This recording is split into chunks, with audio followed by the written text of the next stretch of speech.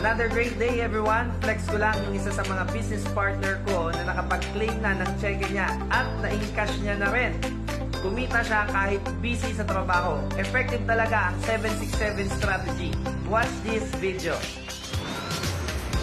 Hello, another great day. Ako nga pala si Jose Rechigo Nape na nagtatrabaho sa Manila bilang government employee. Nandito ako ngayon sa Bacolod. Nandito nga kami ngayon sa Isim Bacolod. Dala-dala ko ang chicken ng mga business partner ko. Sila ang mga business partner ko na nagtitiwala sa akin. Salamat sa 767 strategy. Buti na lang nag-level up kami dito.